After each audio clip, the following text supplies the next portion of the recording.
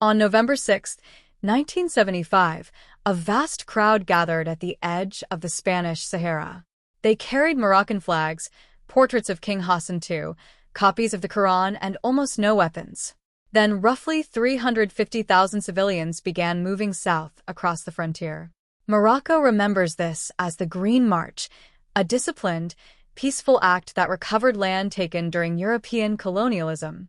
Sahrawi nationalists remember it very differently, as the civilian face of a takeover that denied them the right to choose their own future. Both memories begin with the same photographs: smiling marchers, green flags, desert sand, but they lead to completely different stories about sovereignty, law, and liberation. To understand why this episode remains so controversial, we have to separate three events that are often blended together. The first was the march itself. The second was Spain's secretive exit from its colony. The third was the war and territorial control that followed. The Green March did not, by itself, conquer all of Western Sahara. It helped create political pressure while Moroccan forces moved elsewhere and negotiations took place behind closed doors. Western Sahara lies on the Atlantic coast of northwest Africa, south of Morocco, and west of Algeria and Mauritania. Spain established colonial control over the region in the late 19th century and eventually administered it as the Spanish Sahara. The territory was sparsely populated, but it was not empty. Its indigenous Sahrawi population had tribal, commercial, religious, and political connections across the desert. By the 1960s, European empires were retreating, and the United Nations was placing colonial territories on a path towards self-determination. Western Sahara entered the UN list of non-self-governing territories in 1963. Spain later promised a referendum, meaning that the people of the territory were supposed to express their own political choice. But neighboring states had claims. Morocco argued that the territory had historically formed part of the Moroccan state before Spanish colonization. Mauritania advanced a different historical claim based on cultural and tribal links. Meanwhile, the Polisario Front, founded in 1973, demanded full independence for Western Sahara and began an armed struggle against Spanish rule. Spain announced plans for a referendum. Morocco opposed any process that treated independence as a legitimate outcome. In 1974, the United Nations asked the International Court of Justice for an advisory opinion. The legal question was not simply whether Morocco had ever influenced the region. It was whether historical ties were strong enough to affect how decolonization should happen. The court delivered its opinion on October 16, 1975. Its answer was nuanced, which made it easy for every side to emphasize a different sentence. The judges found that Western Sahara had not been terra nullius, or land belonging to no one, when Spain colonized it. They recognized legal ties of allegiance between Morocco's sultan and some tribes in the territory. They also recognized certain legal ties with the Mauritanian entity. But the court did not find a tie of territorial sovereignty between Western Sahara and either Morocco or Mauritania. It said the evidence did not remove the Sahrawi people's right to self-determination through the free and genuine expression of their will. Within hours, King Hassan II addressed Morocco. He presented the opinion as confirmation that links between Morocco and the Sahara had existed, and he announced a mass march.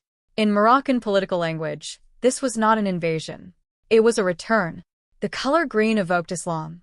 The Quran's emphasized peaceful intent, and the use of unarmed civilians made the operation both symbolic and strategically difficult to confront. The scale was extraordinary. The Moroccan state recruited and transported about 350,000 volunteers, including women, from across the country.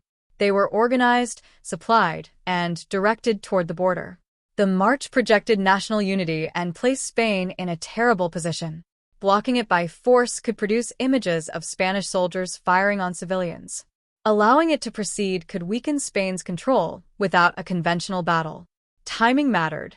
Spain's dictator, Francisco Franco, was gravely ill and would die on November 20th. His government was entering a dangerous political transition. Madrid wanted to leave the Sahara without a war with Morocco, without a military humiliation, and without destabilizing Spain at home. The wider Cold War also shaped the crisis. Morocco was a Western-aligned monarchy. Algeria, Morocco's regional rival, supported the Polisario Front and the principle of Sahrawi independence. The dispute, therefore, involved more than a remote strip of desert. It touched the balance of power in North Africa, access to Atlantic fisheries, and the territory's valuable phosphate deposits. The marchers crossed into the territory on November 6. The same day, the UN Security Council called on Morocco to withdraw the participants. Spain had already pulled many forces away from the immediate path, and the marchers did not advance toward major population centers. After several days, Hassan II ordered them back. Militarily, the civilian march had been limited. Politically, it had done its job. On November 14, Spain, Morocco, and Mauritania signed the Madrid Accords. Spain agreed to end its presence and establish a temporary administration with Moroccan and Mauritanian participation. Morocco would take the northern portion, Mauritania would take the south. Crucially, the Sahrawi population did not vote on this arrangement, and the Polisario Front rejected it. The accords also did not settle sovereignty under international law. A later UN legal opinion stated that the Madrid Agreement did not transfer sovereignty over Western Sahara or make either Morocco or Mauritania the lawful administering power. The territory's international status remained unresolved. Facts on the ground changed rapidly. Moroccan and Mauritanian forces entered and occupied population centers, while Spain withdrew. Many Sahrawis fled east under harsh conditions, eventually reaching refugee camps around Tindouf in Algeria. Accounts from the war include allegations of attacks on fleeing civilians. The Polisario Front proclaimed the Sahrawi Arab Democratic Republic in February 1976 and fought both incoming states. Mauritania, exhausted by the conflict, renounced its claim in 1979. Morocco then extended its control into much of the zone Mauritania abandoned. During the 1980s, Morocco built a long fortified sand barrier, commonly called the berm. It secured the principal cities, fisheries, phosphate mine, and most economically useful land. Polisario forces remained active mainly east and south of the barrier. This is how Morocco came to control most of Western Sahara. Not in one day, and not solely through a column of unarmed marchers, but through a sequence of mass mobilization, diplomatic pressure, Spanish withdrawal, military deployment, war, and fortification. For Morocco, the Green March became a founding national legend.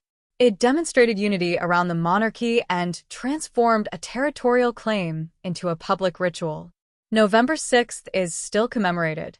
Official language calls Western Sahara the southern provinces and presents their integration as irreversible.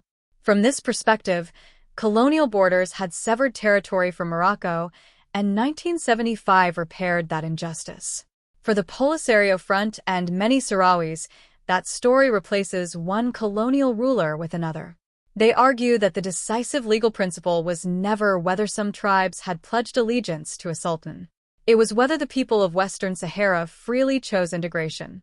In their view, the promised act of self-determination never occurred. The United Nations tried to bridge the conflict. A 1991 settlement plan produced a ceasefire and created MINURSO, the UN mission intended to organize a referendum offering a choice between independence and integration with Morocco. But arguments over voter eligibility and the terms of the vote prevented the referendum from taking place. Morocco now promotes autonomy for Western Sahara under Moroccan sovereignty. The Polisario Front continues to demand a referendum that includes independence. Diplomatic recognition has shifted over time, and individual governments have taken positions favoring one proposal or another. Yet the UN still lists Western Sahara as a non-self-governing territory, and the final political status remains unsettled. Even the word peaceful needs care. The marchers themselves were mostly unarmed, and Spain avoided a massacre at the crossing. That does not make the entire transfer peaceful. War, displacement, refugee camps, political repression allegations, and decades of separation followed. A non-violent-looking tactic can still operate inside a coercive strategy. The Green March was brilliant political theater. It gave Morocco a memorable image of popular legitimacy, exploited Spain's moment of weakness, and made resistance costly. It was also a maneuver whose simplicity concealed the people most affected by it. Sahrawis appeared in the competing arguments as history, tribes, census lists, and diplomatic claims, while their collective political choice remained disputed. That is why the episode still matters. It shows that decolonization is not automatically freedom when the departing empire makes a deal with neighboring powers. It shows how historical ties can be real without automatically proving modern sovereignty. And it shows how an event can be celebrated as liberation in one national memory and mourned as dispossession in another. 50 years later, the photographs remain powerful because they look uncomplicated, civilians walking through the desert beneath a sea of flags. The history behind them is anything but uncomplicated. Was the Green March a peaceful end to colonial partition, a carefully disguised annexation, or an event that can only be understood as both national triumph and unresolved injustice?